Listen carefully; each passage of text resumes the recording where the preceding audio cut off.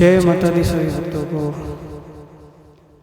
तो आज का विषय है जीवन का जो सबसे भयानक दोष है वो क्या होता है। तो चलिए बिना समय गंवाए संक्षिप्त में ही आपको हम बता देते हैं कि जीवन का जो सबसे भयानक दोष होता है वो कौन सा होता है। तो देखिए, जीवन में आपने कई अनेकों नाम सुने होंगे जिनमें पितृदोष है, कालसर्प दोष है, शनि दोष है, मंगल दोष है, राहु दोष है, ग्रह नक्षत्र, बहुत सारे दोष हैं। अब किसको क्या दोष लग जाए, कब जीवन में क्या परिवर्तन हो जाए अचानक से, तो ये सब कहना बहुत मुश्किल है। किसी के भाग्य बन जाते हैं, किसी के भाग्य टूट जाते हैं, है ना। तो बहुत सारे प्रभाव जो पड़ते हैं हमारे जीवन में, ये दोषों की वजह से ही पड़ता है। दोष हमारे जीवन में एक कहते हैं ना, जैसे उतार चढ़ाव की तरह होते हैं। तो चलिए बात करते हैं हम जो जीवन का सबसे भयानक दोष है उसके विषय में। तो जीवन में जो सबसे भयानक दोष है उसे कालसर्प दोष माना गया है। कालसर्प दोष एक ऐसा दोष है जो जीवन में लगता है तो हर किसी के व्यक्ति के जीवन में बहुत सारे परिवर्तन हो जाते हैं। कालसर्प दोष की वजह से जो काम आपके बनने वाले हैं वो हमेशा बिगड़ेंगे। किसी भी काम को करने के लिए आप जब सोचेंगे तो सोचने से पहले ही वो कार्य बिगड़ेगा और बल्कि उसकी जगह कोई ऐसा कार्य होगा जिससे आपको नुकसान हो। कालसर्प दोष का अर्थ ये है कि आपके जीवन में जो काल है, काल का अर्थ है महाकाल, जिनके ऊपर सर्पों की लीलाएं हैं, उनसे लगने वाले दोषों की कमी। इसलिए आपने अधिकतर देखा होगा कालसर्प दोषों के लिए महादेव के मंदिर में पाठ पूजन करवाया जाता है उसके निमित्त। तब जाकर के आप उन दोषों से मुक्त होते हो। उसमें 12 प्रकार के सर्प दोषों को बनाए जाते हैं, सामग्रियाँ लगाई जाती हैं, अभिषेक करवाया जाता है पूर्ण तरीके से और महादेव का पूजन करके उस पूरी सामग्री को जल में प्रवाहित करनी होती है।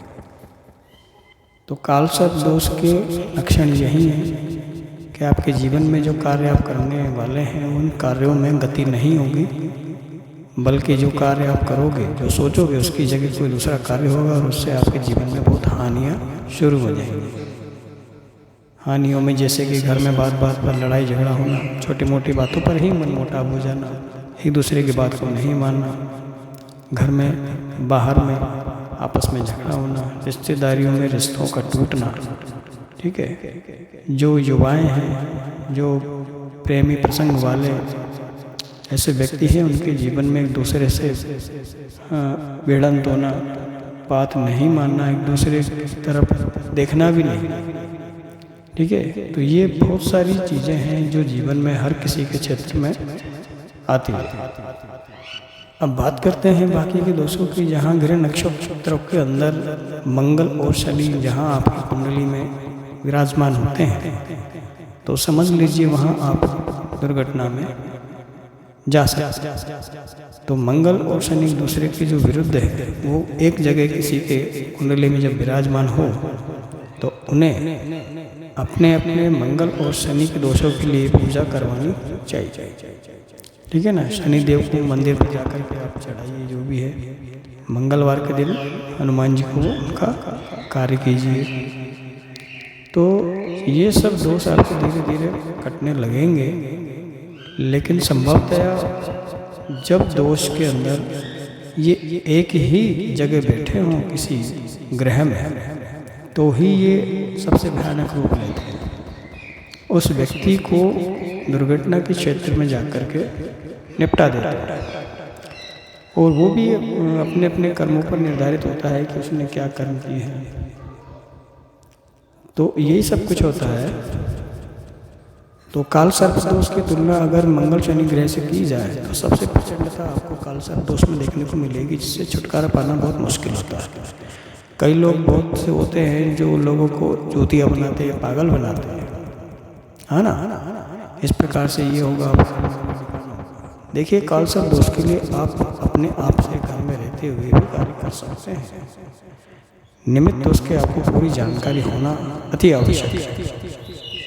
ना ही उसमें किसी पंडित को बुलाने की आवश्यकता है, ना ही आपको किसी प्रकार का कोई हवन करने की आवश्यकता है।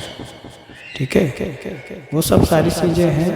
आप हमसे जुड़े रहिए। हम जब भी आगे वीडियो बनाएंगे वो तो धीरे धीरे एक एक प्रयोग आपको बताएंगे आपके जीवन काल में सफलता के लिए, दोषों के लिए, सारी चीज़ें।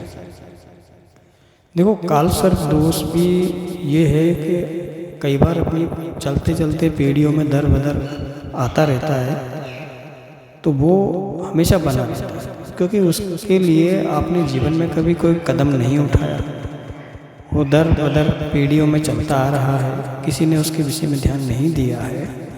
तो इसी वजह से जो कहते हैं कि जीवन में सुख ही नहीं आ रहा, दुखी दुख उठा रहे हैं, बहुत सारी चीज़ें हो रही है, न माता काम कर रही है, न देवी देवता काम करते हैं, सारी चीज़ों को हम टाइम टाइम से देने के बावजूद भी ऐसा हो रहा है, तो उसका सबसे बड़ा रीज़न आप यही मानिए। ठीक है, अब देखिए पितृदोष में क्या होता है।